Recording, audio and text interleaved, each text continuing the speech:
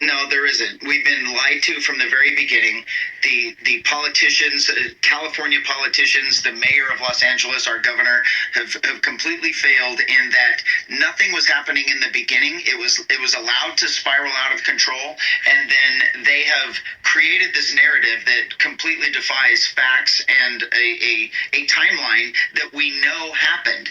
And this is, they keep calling it a peaceful protest, mostly peaceful, whatever they want to call it. But the reality is that law enforcement officers are being attacked, property is being destroyed, and it is out of control violence that really they're trying to deny for political gain. Yeah, and Sheriff, I asked that first question on if it's helpful to have the National Guard and the Marines on the ground because Gavin Newsom has gone to the courts and tried to get them to no longer be able to be deployed. How do you feel about that if you say that their presence of them is helpful?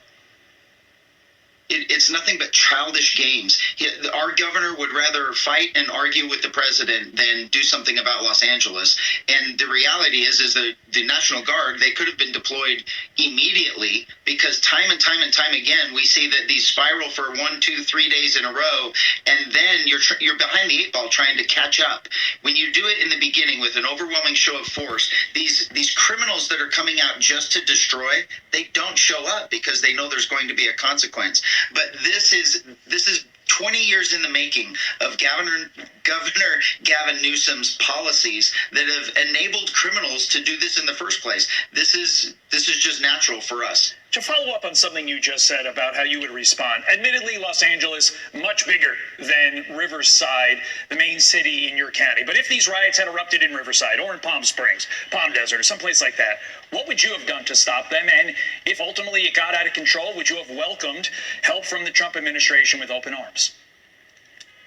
Absolutely. And the thing is in 2020, it did happen. The same thing that happened in Los Angeles spilled into Riverside, and we handled it completely different than them. We handled it with an overwhelming show of force where we ended what they were doing immediately, and it disappeared. And what happened was the rest of law enforcement said, oh, look what they did. It worked. And so Los Angeles followed suit, and they were able to stop theirs within 2 days after ours. So there's already a playbook.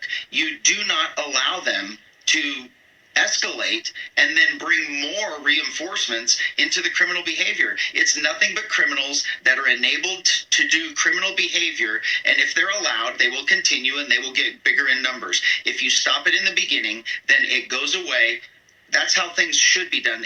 Any cop on the street will tell you exactly how they can make it end. But somehow, as you rise up through the leadership ranks, they can't make those decisions at the top because politics get involved. The mayor gets involved. The governor gets involved. Yeah, well, arrests last night ramped up because now there's a curfew in place. Why it took 5 days to implement that curfew is a question. Last night ramped up because now there's a curfew in place. Why it took 5 days to implement that curfew is a question that I'm sure will be asked today. And also, Sheriff, there are a lot of people who are being impacted by these riots. We saw it in 2020, and now we're seeing it again.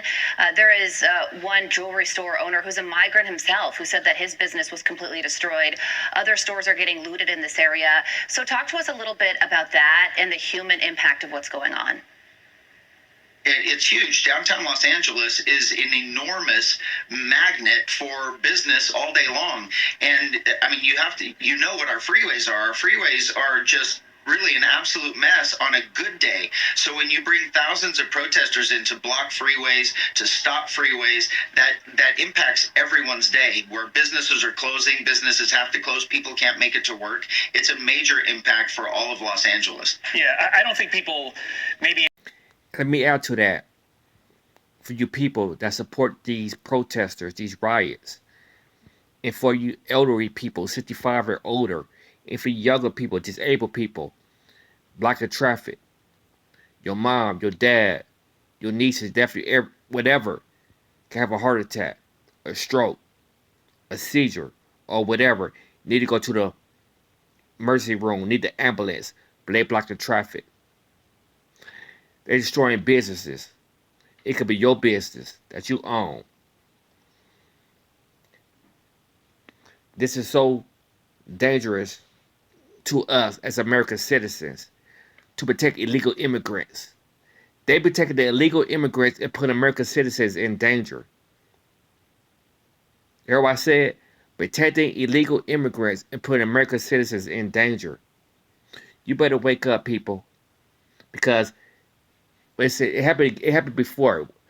The BLM, Antifa, same thing over again. And black people, you better not join these people. You better not. If you love your mom, you love your dad, you love your sisters, your brothers, your nieces, your nephews, your sons, your daughters, you better not join these people. It's a disaster to us as Americans, as black colored folks, and as American citizens.